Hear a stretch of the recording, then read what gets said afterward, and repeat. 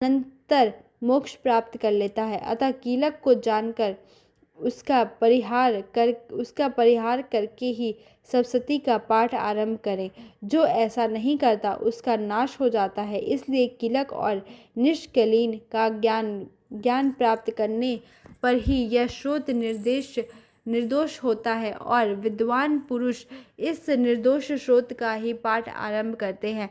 स्त्रियों में जो कुछ भी सौभाग्य आदि दृष्टिगोचर होता है वह सब देवी के प्रसाद का ही फल है। अतः इस कल्याणमय श्रोत का सदा जप करना चाहिए। इस श्रोत का मंद स्वर में पाठ करने पर स्वल्प फल की प्राप्ति होती है और उच्च स्वर में पाठ करने पर पूर्ण फल की सिद्धि होती है। अतः उच्च स्वर से ही इसका पाठ आरंभ करना चाहिए।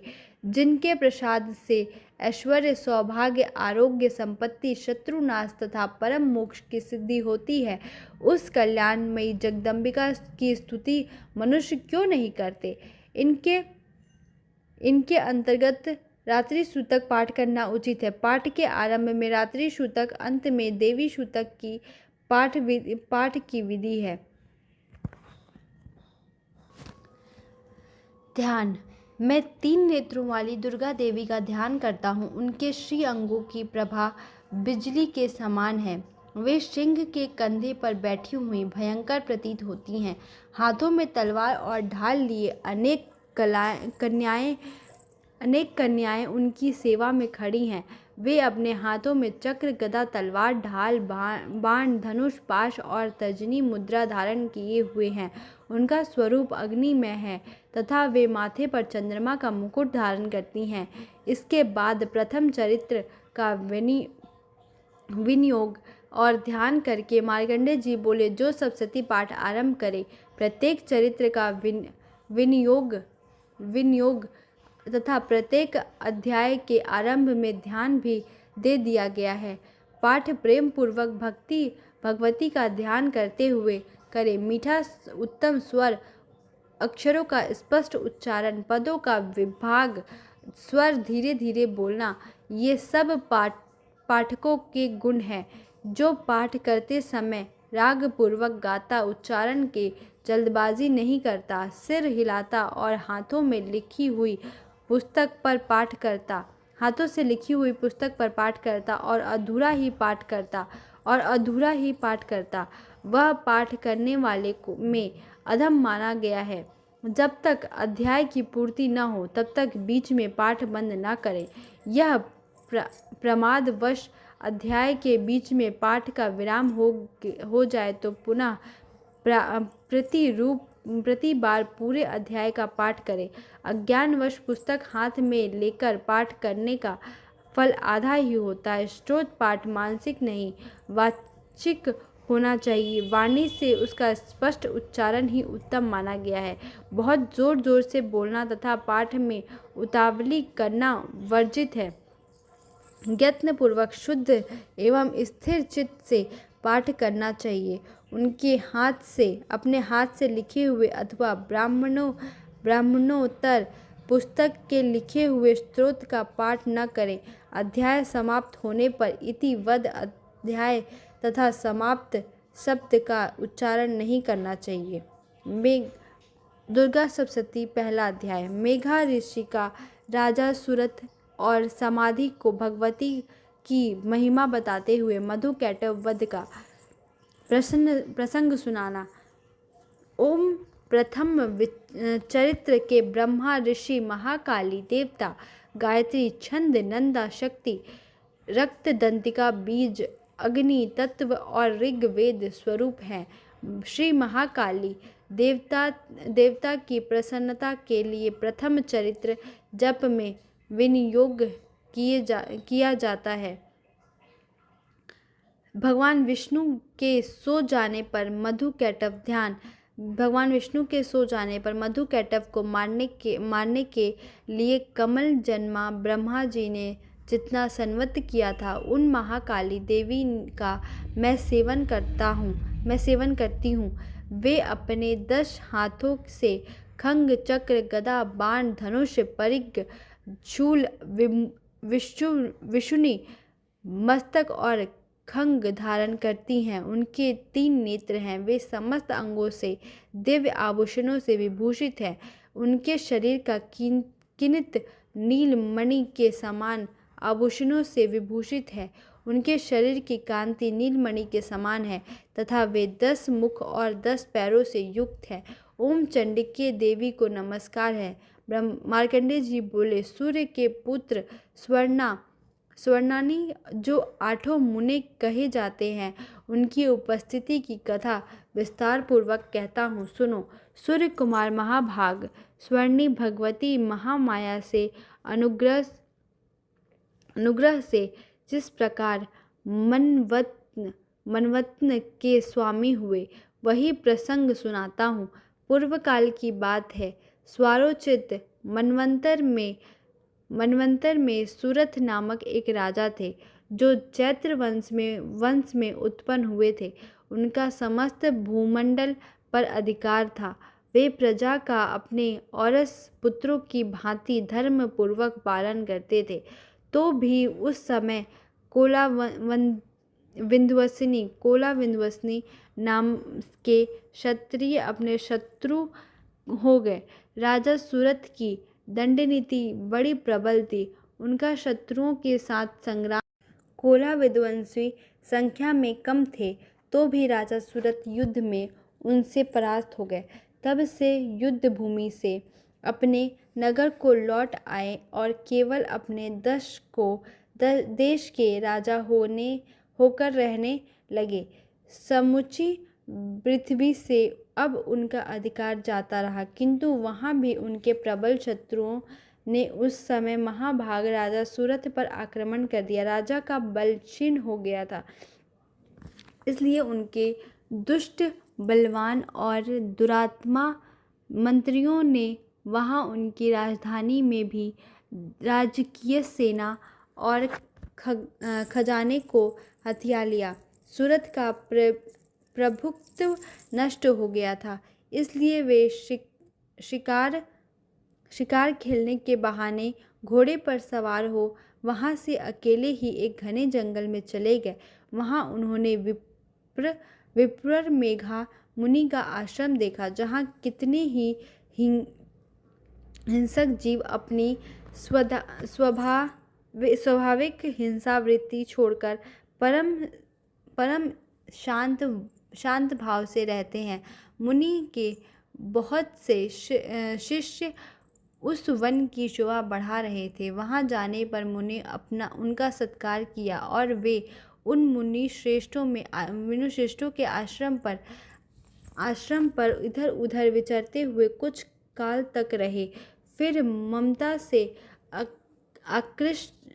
आकृष्ट चित्त होकर वहाँ इस प्रकार चिंता करने लगे, पूर्व काल में मेरे पूर्वजों ने जिसका पालन किया था, वही नगर आज मुझसे रहित है।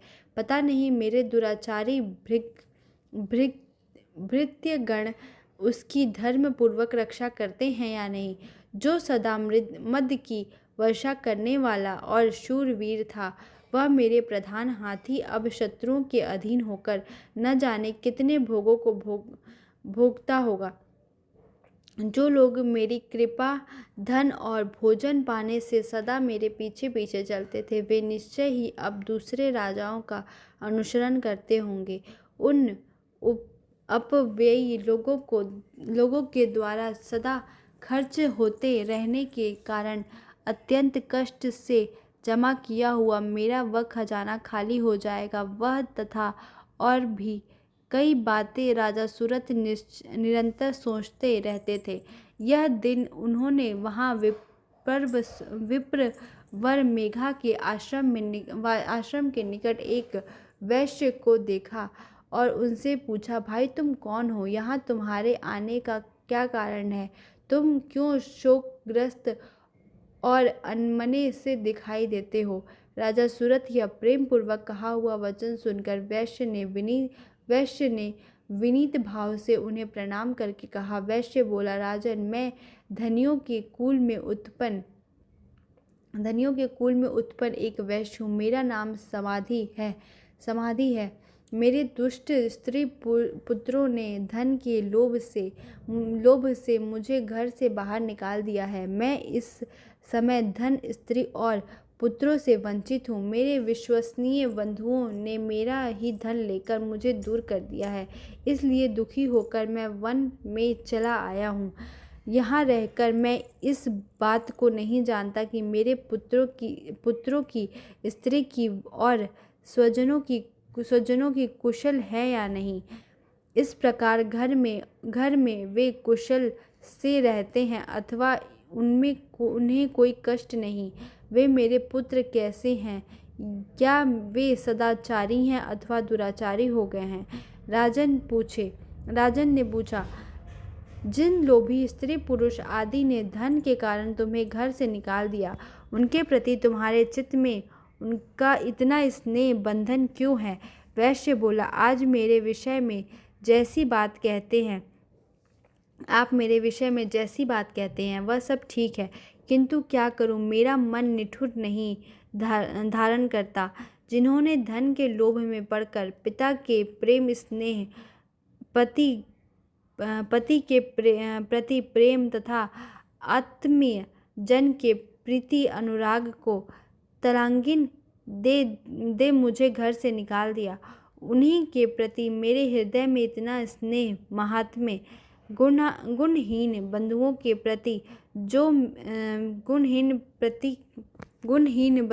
प्रति भी जो मेरा चित्त इस प्रकार प्रेमामग्न हो रहा है, यह क्या है? इस बात को मैं जानकर भी नहीं जान पाता। उनके लिए मैं लंबी सांसें ले रहा हूँ और मेरा हृदय अत्यंत दुखित हो रहा है। उन लोगों में प्रेम का सर्वथा अभाव है, जो भी उनके प्रति जो मेरा मन निठुर नहीं हो पाता, इसके लिए क्या करूं? मार्कंडेय जी कहते हैं, ब्राह्मण तदंतर राजाओं में श्रेष्ठ सुरथ और यह समाधि नामक वैश्य दोनों साथ साथ मेघा मुनि की सेवा में उपस्थित होते हैं और उनके साथ यथा योग न्याय नुकुल विनयपूर्ण बर्ताव करके बैठे। तत्पश्चात वैश्य और राजन कुछ वार्तालाप आरंभ किया। राजन ने कहा, भगवान, मैं आपसे एक बात पूछना चाहता हूँ, उसे बताइए। मेरा चित्त आपके अधीन न होने के कारण यह बात मेरे मन को बहुत दुखी हो देती है। जो राज्य मेरे हाथ से चला गया है, उसमें और उसके संपूर्ण अंगों में मेरी ममता बनी हुई है। मुनिश्रेष्ठ, यह जानते हुए कि वह अब मेरा नहीं है, अज्ञानी की भांति मुझे उसके लिए दुख होता है। यह क्या है? इधर यह वैश्य भी घर से अपमानित होकर आया है। इसके पुत्र, स्त्री और भृत्यों ने इसे छोड़ दिया है। स्वजनों ने भी इसका परित्याग कर दिया है, तो भी यह उसके प्रति अत्यंत हार्दिक स्नेह रखता है। इस प्रकार यह तथा मैं दोनों ही बहुत दुखी हैं। जिसके प्रत्यक्ष दोष देखा गया है, उस विषय के लिए भी हमारे मन में ममता जनित आकर्षण पैदा हो रहा है। महाभाग, हम दोनों समझदार हैं, तो भी हम में जो मोह पैदा हुआ है, यह क्या है? विवेक शून्य पुरुष की भांति मुझमें और इसमें भी वह मूढ़ता प्रत्यक्ष दिखाई देती है। ऋषि बोले, महाभाग, विषय मार्ग का ज्ञान सब जीवों का है। इसी प्रकार विषय भी सबके लिए अलग अलग हैं। कुछ प्राणी दिन में नहीं देखते और दूसरे रात में ही नहीं देखते, तथा कुछ जीव ऐसे हैं जो दिन और रात्रि में भी बराबर ही देखते हैं। यह ठीक है कि मनुष्य समझदार होते हैं, किंतु केवल वे ही ऐसे नहीं होते। पशु, पक्षी और मृग आदि सभी प्राणी समझदार होते हैं। मनुष्यों की समझ भी वैसी ही है जैसी उन मृग और पक्षियों की होती है, तथा जैसी मनुष्यों की होती है वैसी ही उन मृग पक्षी आदि की होती है। यह तथा अन्य बातों की प्रायः दोनों में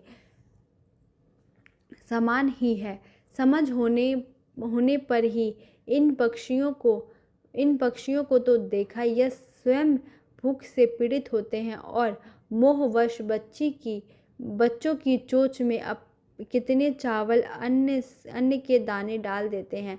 नरश्रेष्ठ, क्या तुम नहीं देखते कि ये मनुष्य समझदार होते हुए भी लोभवश अपने किए हुए उपकारक का बदला पाने के लिए पुत्रों की अभिलाषा रखते हैं। यद्यपि उन सब में समझ की कमी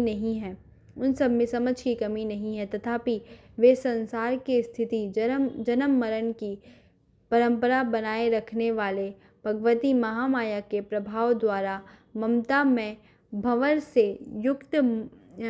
से युक्त मोह के गहरे गत में गिराए गए हैं। इसलिए इसमें आश्चर्य नहीं करना चाहिए। जगदीश्वर भगवान विष्णु योग निद्रा रूपा जो भगवती महामाया है, उन्हीं से यह जगत मोहित हो रहा है। वे भगवती महामाया देवी ज्ञानियों के भी चित्त को बलपूर्वक खींचकर मोह में डाल देती। वे ही इस प्रकार इस संपूर्ण चराचर जगत की सृष्टि करती है, तथा वे ही प्रसन्न होने पर मनुष्यों को मुक्ति के लिए वरदान देती हैं। वे ही परा विद्या, संसार बंधन और मोक्ष की हेतुभूता सनातनी देवी और संपूर्ण ईश्वरों की भी अधीश्वरी हैं। राजन पूछा, भगवान, जिन्हें आप महामाया कहते हैं, वे देवी कौन हैं? ब्राह्मण उनका आविर्भाव कैसे हुआ तथा उनके चरित्र कौन कौन हैं? ब्रह्म वेत्ताओं में श्रेष्ठ महर्षियों, उन देवी का जैसा प्रभाव हो, जैसा स्वरूप है और जिस प्रकार प्रादुर्भाव हुआ है, वह सब मैं आपके मुँह से सुनना चाहता हूँ। ऋषि बोले, राजन, वास्तव में तो देवी नित्य स्वरूपा ही हैं। संपूर्ण जगत उन्हीं का रूप है तथा उन्होंने समस्त विश्व को व्याप्त कर रखा है। तथापि उनका प्राकट्य अनेक प्रकार से होता है। वह मुझसे सुनो। यद्यपि वे नित्य और अजन्मा हैं, तथापि जब देवताओं का कार्य सिद्ध करने के लिए प्रकट हुई थी, उस समय लोक में उत्पन्न हुई कहलाती थी। कल्प के अंत में जब संपूर्ण जगत एकार्ण में निम्न हो रहा था और सबके प्रभु भगवान विष्णु शेष नाग की शैया बिछाकर योग निद्रा में आश्रय ले सो रहे थे, उस समय उनके कानों के मैल से दो भयंकर असुर उत्पन्न हुए, जो मधु और कैटव के नाम से विख्यात हुए। वे दोनों ब्रह्मा जी का वध करने को तैयार हो गए थे। भगवान विष्णु के नाभि कमल में विराजमान प्रजापति ब्रह्मा जी जब उन दोनों भयंकर असुरों को अपने पास आया हुआ भगवान को सोया हुआ देखे, तब एकाग्रित होकर उन्होंने भगवान विष्णु को जगाने के लिए उनके नामों से निवास करने वाले योग निद्रा सत्वन आरंभ किया, जो इस विश्व की अधीश्वरी, जगत को धारण करने वाली, संसार का पालन और संहार करने वाली तथा तेज स्वरूप भगवान विष्णु की अनुपम शक्ति हैं। उसी भगवती निद्रा देवी की भगवान ब्रह्मा स्तुति करने लगे। ब्रह्मा जी कहते हैं, देवी तुम्ही स्वाहा, तुम्ही स्वधा और तुम्ही वष्टकार हो। स्वर भी तुम्हारे ही स्वरूप हैं। तुम्ही जीवन दायिनी सुधा हो। नित्य अक्षर प्रणव में आकार, उकार, मकार, इन तीनों मात्राओं के रूप में तुम्हें स्थित हो तथा इन 3 मात्राओं के अतिरिक्त जो बिंदु रूपा नित्य अर्ध मात्रा में जिनका विशेष रूप से उच्चारण नहीं किया जा सकता, वह भी तुम्ही हो। देवी, तुम्ही संध्या, सावित्री तथा परम जननी हो। देवी, तुम्ही इस विश्व ब्रह्मांड को धारण करती हो। तुमसे ही इस जगत की सृष्टि होती है, तुम्ही से हम इसका पालन होता है और सदा तुम्ही कल्प में अंत में सबको अपना ग्रास बना लेती हो।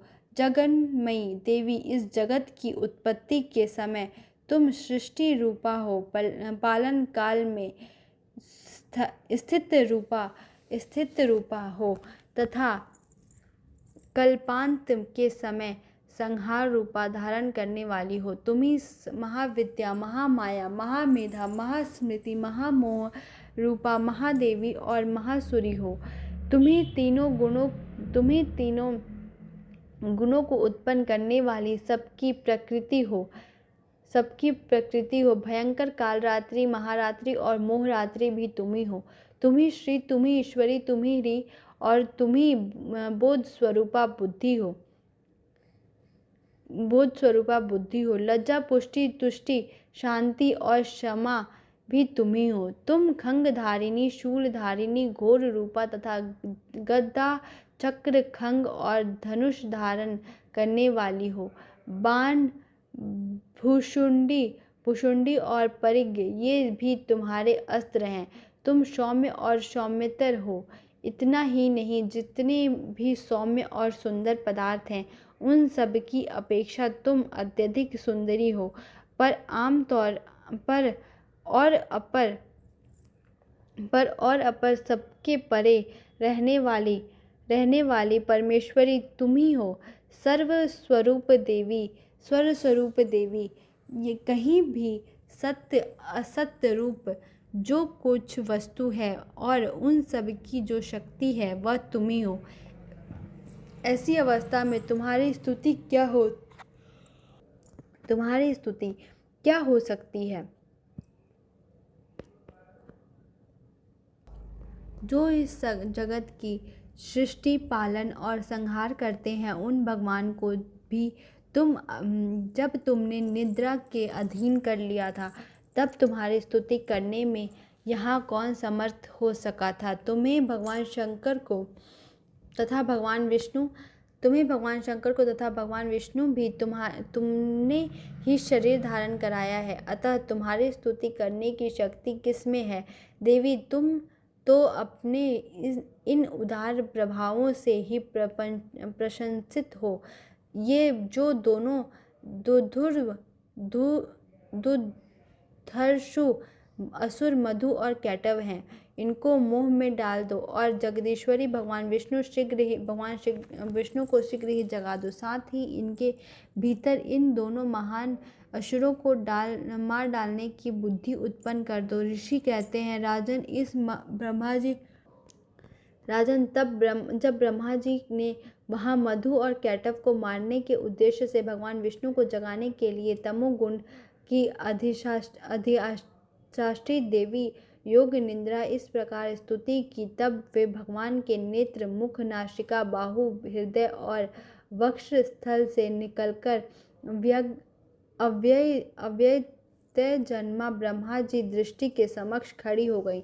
योग निद्रा से युक्त होने पर जगत के स्वामी भगवान जगार्दन उस एकावर्ण के जल में शेष नाग की सैया से जाग उठे। फिर उन्होंने उन दोनों असुरों को देखा।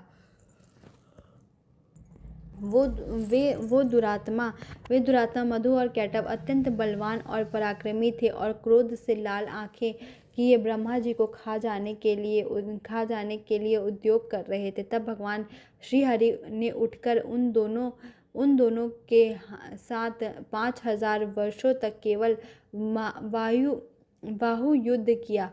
वे दोनों ही अत्यंत बल के कारण उन्मत्त हो रहे थे। इधर महामाया ने भी उन्हें मोह में डाल रखा था। इसलिए वे भगवान विष्णु से कहने लगे, हम तुम्हारी वीरता से संतुष्ट हैं, तुम हम लोगों से कोई वर मांगो। श्री भगवान बोले, यदि तुम दोनों मुझ पर प्रसन्न हो तो अब मेरे हाथों से मर जाओ। इतना सा ही मैंने वर मांगा। यहाँ दूसरे किसी वर से क्या लेना है। ऋषि कहते हैं, इस प्रकार धोखा में आ जाने पर तब उन्होंने संपूर्ण जगत में जल ही जल देखा। तब कमल नयन भगवान से कहा, जहाँ पृथ्वी जल में डूबी हुई न हो, जहाँ सूखा स्थान हो, वहीं मेरा वध हो। ऋषि कहते हैं, तब तथास्तु कहकर शंख चक्र और गदा धारण करने वाले भगवान ने अपने दोनों के मस्तक अपनी जांघ पर रखकर चक्र से काट डाले। और इस प्रकार वे देवी महामाया ब्रह्मा जी की स्तुति करने पर स्वयं प्रकट हुई थी। जब पुनः तुमसे अपने प्रभाव का वर्णन करता हूँ, सुनो। इस प्रकार मार्कंडेय पुराण में स्वायनी मनवंतकरी कथा के अंतर्गत देवी महात्म्य के मधु कैटभ वध के नामक पहला अध्याय पूरा हुआ। जय माता दी। हर हर महादेव।